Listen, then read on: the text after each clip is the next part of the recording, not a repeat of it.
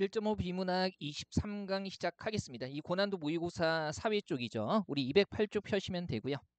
자, 다음 글의 내용에 부합하지 않는 것은 이렇게 얘기하고 있고요. 약간의 추론이 필요한 부분이죠. 일단 가보죠. 1번에 석보상절과 원인청강지곡의 주된 독자층은 동일하다. 얘는 거의 직접적으로 확인할 수 있는 부분이죠. 그죠? 우리 일단 문단 하나밖에 없기 때문에 한번 보시면요.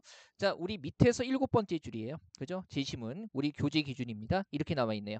세고 있어요. 예, 월인청강지곡과 석보상전은 한자를 아는 사람뿐만 아니라 한자를 모르는 사람들까지도 독자층으로 상정하였던 점에서는 같지만 누구를 나와 있네요. 주된 독자층으로 상정하느냐에 따라 구체적인 표기 방식이 달랐다라고 나와 있기 때문에 그러면 주된 독자층이 다르기 때문에 표기 방식이 달랐다는 얘기니까 주된 독자층이 동일하다 그러면 안 되겠죠. 답은 쉽게 확인이 되고요. 자, 나머지 선택지 이하는 게 중요하죠. 2번 한번 보시면 석보상전은 한자를 잘하는 독자를 고려한 표기 방식을 채택하였다라고 나와 있어요. 이제 2번이 직접 나와 있지 않다 보니까 힘들어지는 건데 한번 보세요. 이 부분에 보면 원인청강지곡은 한자를 모르는 독자, 즉 한글 창제를 통해 새로 확보하게 될 독자들을 우선적으로 고려했다 그러면 월인청강지곡의 방식을 한번 보면 어떻게 했대요? 한번 보세요. 넷째 줄인데 자, 원인청강지곡 같은 경우는요. 세존에서처럼 해당 한자음에 한자를 병행해서 적었고 그러면 보세요. 정리해보면 월인청강지곡 같은 경우는 뭡니까? 한글 창제를 통해서 새로 확보하게 될 독자들을 우선적으로 고려해가지고요. 어떻게? 한자음에. 그죠? 한자음 먼저 적고 그 다음에 한자를 병행해서 적었다는 거고요. 그 다음에 주된 독자층에 따라서 표기 방식이 달랐다고 나와 있죠. 그러면 석보상절의 표기 방식을 보면 어떻게 했어요? 이어서 나와 있죠. 석보상절은 어떻게 한자에 한자음을 병행해서 적었다. 석보상절은 그죠? 예, 한자에 한자음을 병행해서 적었다. 그러면은 월인청강지곡과는 반대로 뭡니까? 한자를 잘하는 독자들을 우선적으로 고려한 거겠죠. 그래서 지금 월인청강지곡과 석보상절의 주된 독자층 상정에 따라서 구체적인 표기 방식이 달랐고 그죠? 월인청강지곡은 한자음을 먼저 그러면 한글 창제를 통해서 확보하게 될 독자들을 우선적으로 고려했다는 거고요. 석보상절 같은 경우는 뭡니까? 한자를 먼저 적었다는 것은 반대로 한자를 잘하는 독자들을 고려했다는 거죠. 그래서 2번도 확인이 되는 거예요. 답은 쉽게 보이는데 2번이 좀 알쏭달쏭했을 겁니다. 그 다음에 3번 보면 용비어천가는 한글을 잘하는 사람일지라도 읽기 쉽지 않았을 것이다. 첫 번째 줄에 보면 용비어천가 같은 경우에 한글 한자를 혼용했고요. 한자와 한문을 많이 하는 사람이 주요 독자층이었다는 겁니다. 그러면 한글로 읽지 못하는 부분이 있었다는 거죠. 그래서 이것도 맞고요. 그러면 4번에 한자와 한문을 모두 잘하는 사람이라면 용비어천가 기본적으로 그죠? 한자와 한문을 많이 하는 사람을 주요 독자층으로 상정한 거고요. 월인청강지곡 석보상절 같은 경우도 어때요? 한자가 다 나와 있습니다. 그래서 모두를 이해하기가 쉬웠을 거예요. 그죠? 자, 1번과 2번 잘 차이점 파악할 수 있어야 되고요. 하필 강의 찍고 있는데 아파트에서 안내 방송이 나와가지고 현장감이 아주 잘 느껴지는 그러한 강의죠. 아이 정말. 자, 그럼 2번 한번 볼게요. 다음 글과 같은 방식으로 논리를 전개한 것은 이 구급 시험에서 가끔 나오는 패턴이죠. 한번 볼게요. 지적 교양의 주원처는 독서이다. 그죠? 그 다음에 우리는 어때요? 그죠? 지적 교양이 있어야 한다. 그러므로 우리는 독서를 많이 해야 된다. 이거 뭐예요? 연역출이죠. 연역출이. 연역법. 그죠? 우리 모든 사람은 죽는다. 그죠? 그 다음에 소크라테스는 사람이다. 따라서 어떻게 돼요? 소크라테스로 죽는다. 똑같잖아요. 지적 교양의 주원처는 독서이다. 그 다음에 우리에게는 뭐가 지적 교양이 있어야 한다. 따라서 우리는 뭘 해야 된다? 독서를 해야 한다. 일단 우리 교재에서 연역법의 대표적인 사례로 다뤘던 거기도 하기 때문에 여기까지는 파악이 되는데 선택지에서 찾는 게 쉽지 않았을 거예요. 근데 이거 한번 보세요. 1번 보면 인간의 본성이라고 할 수 있는 것은 인위적인 것이 아니다. 그러면 부정형으로 나와 있고요. 그 다음에 여기 보니까 인위적이다. 연결고리를 만들어야겠죠. 연결고리 그러면 우리 왜 이거 한번 보세요. 지금 이거 부정형으로 나와 있기 때문에 대우 활용해서 고치면 어떻게 되는 겁니까? 대우할 수 있죠. 인위적인 것은 그러면 뭐가 아니다. 인간의 본성이 아니다. 이렇게 바꿀 수 있고 그 다음에 선이라는 것은 어떻다? 인위적이다. 그럼 구조가 맞아 떨어지네요. 인위적이다. 선은 인위적이기 때문에 인위적인 거. 그러면 선은 뭐가 아니다? 인간의 본성이 아니다. 이렇게 맞아 떨어지죠. 그래서 1번이 바로 연역법입니다. 일단 연역 추론의 대전제를요. 이렇게 부정형으로 표현했기 때문에 이런 거잖아요. 우리 왜 한번 볼게요. 모든 사람은 죽는다. 소크라테스는 사람이다라고 했을 때 그러면 선은 인위적이다 그랬으니까 대전제에서 인위적이다라고 얘기할 수 있는 부분을 만들어 줘야 되는 거죠. 소크라테스는 사람이다처럼 그죠? 예, 선이라는 것은 인위적이다라고 연결되는 부분을 만들어야 되고 인위적인 것이 아니다라고 얘기를 하고 있기 때문에 대우 활용해서 인위적인 것은 본성이 아니다. 그러면 선은 인위적인 것에 들어가니까 당연히 본성이 아니다라는 결론이 나타나는 겁니다. 끌어낼 수 있는 거죠. 1번이고요.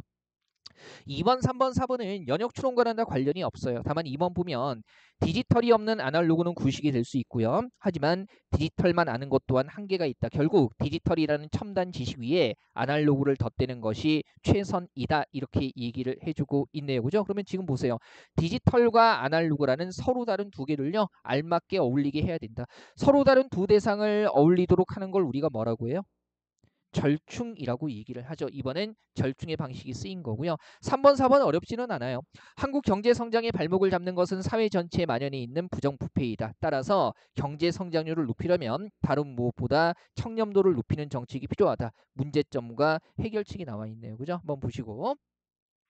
네, 4번 한번 보면요. 잘못을 알고서 바로 고치지 않으면 그가 나쁘게 되는 것이 나무가 썩어서 못 쓰게 되는 것과 같은 것이며 아이고 이거 이옥설이네요. 잘못을 알고 고치기를 꺼리지 않으면 다시 좋은 사람이 되는 것이 가옥의 제목을 다시 쓸 수 있는 이상으로 될 것이라고 해가지고요. 지금 나무와 제목의 상황을 사람의 잘못을 고치는 상황과 유사하다라고 얘기를 하고 있기 때문에 대표적인 유추의 방식이 쓰인 겁니다. 괜찮죠? 이거 대우 활용하는 거 잘 한번 보시고요.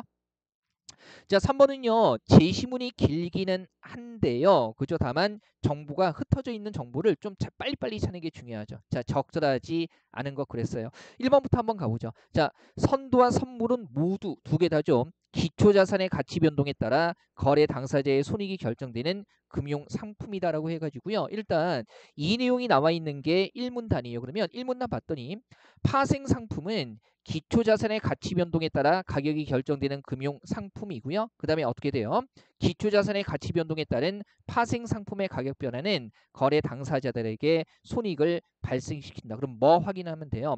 선도와 선물이 둘 다 파생 상품에 속하는지 확인하면 되는 거죠. 자, 지문이 길어서 다 인용하진 않았어요. 우리 이 문단의 10번째 줄 보시면 세고 있나요? 이 문단의 10번째 줄 보시면요. 뭐라고 나와 있나요?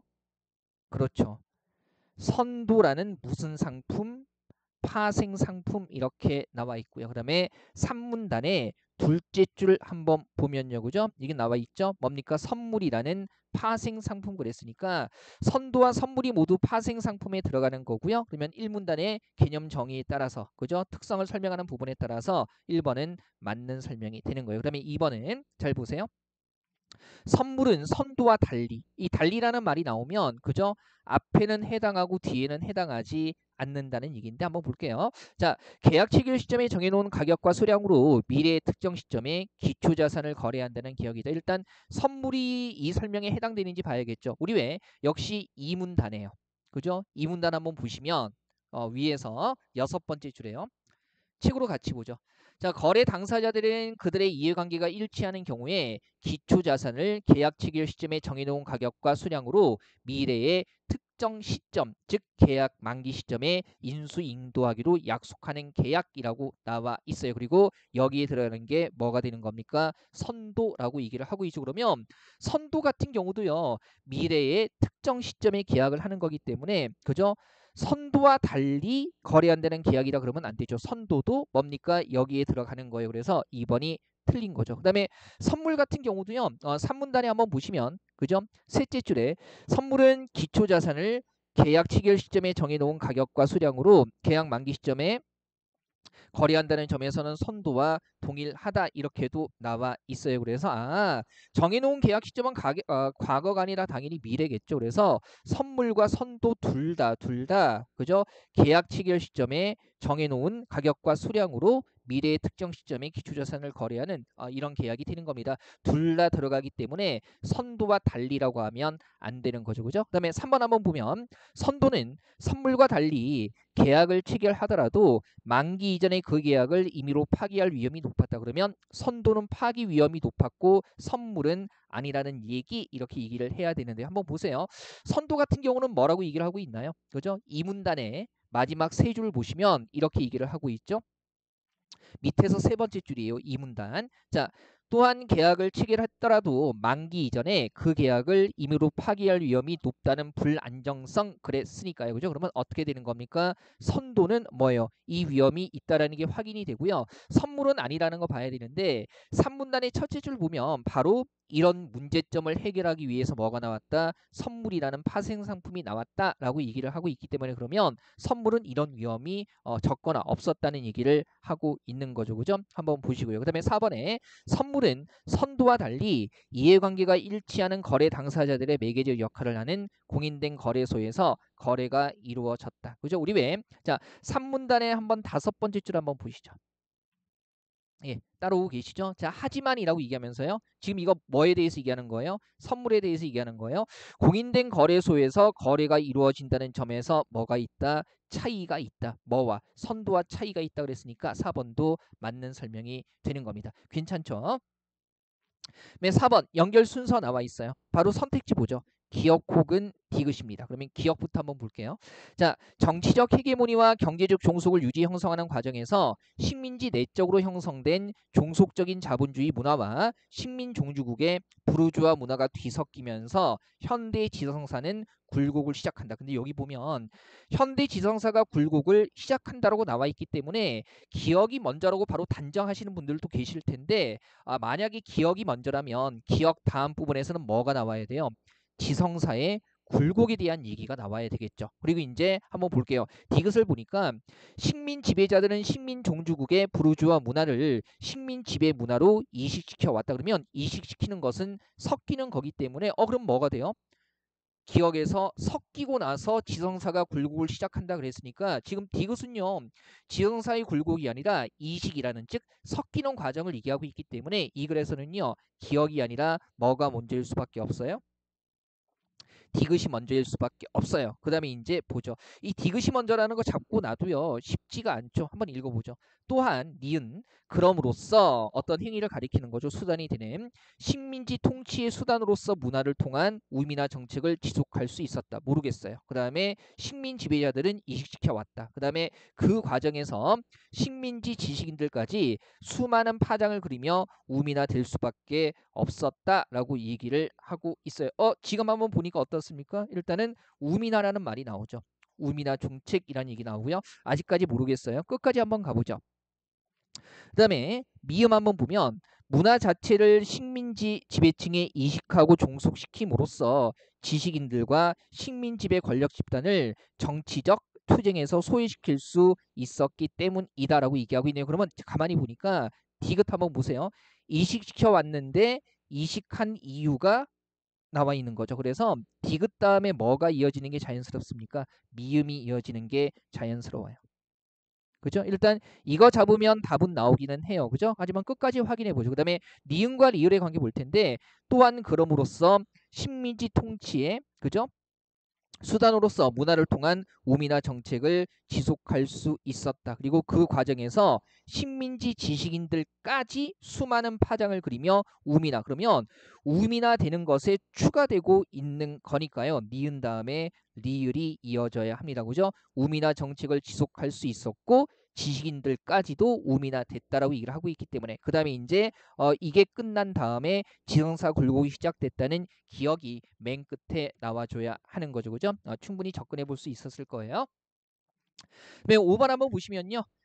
서술 방식에 대한 얘기를 하고 있습니다. 적절하지 않은 거 1번부터 따져보죠. 중국의 사례를 들어 우리나라의 현실을 비판하고 있다. 일단 한번 보니까요.